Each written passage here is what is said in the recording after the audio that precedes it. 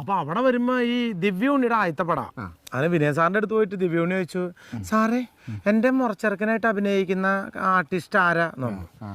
അപ്പൊ പറഞ്ഞത് കലാഭവൻ മണിയാ. അയ്യേ എനിക്കൊന്നും വേണ്ട, അയ്യോ ഇത്രയും കറുപ്പുള്ള ആളൊന്നും എനിക്ക് വേണ്ട, അയ്യേ എന്തത്, എനിക്ക് എന്റെ മുറച്ചെറുക്കൻ നല്ല വെളുത്ത് നല്ല സുന്ദരനായിരിക്കണം. അപ്പൊ വിനയ സാറിന് പറഞ്ഞു, കുട്ടി ഇത് സിനിമയല്ലേ, സിനിമയിൽ മുറച്ചെറുക്കെന്ന് പറഞ്ഞ കഥാപാത്രമായിട്ട് അങ്ങനെ വരുന്നല്ലേ, അല്ല അങ്ങനെയൊന്നും പറ്റില്ല, എനിക്ക് വെളുത്ത ചെക്കനെ വേണം മുറച്ചെറുക്കനായിട്ട്. ദിവ്യുണ്ണി അത് പറഞ്ഞില്ല അയച്ചുള്ളൂ പ്രചോദനം.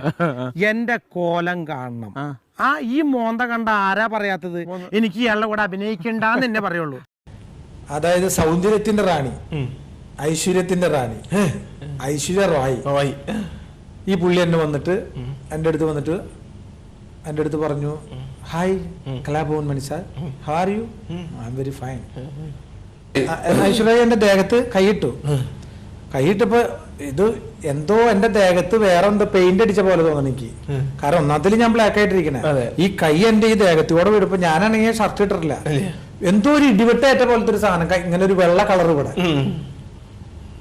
പിന്നെ തൊള്ളി കൈയിട്ടിട്ട് ഇങ്ങനെ പോകുമ്പോ 28 ടേക്ക് എടുത്തിട്ടാണ് ആ സീൻ ഓക്കെ ആയത്. இன்னைக்கு ஒரு நாள் எனக்கு பாய் ஃப்ரெண்டா இருக்கியா?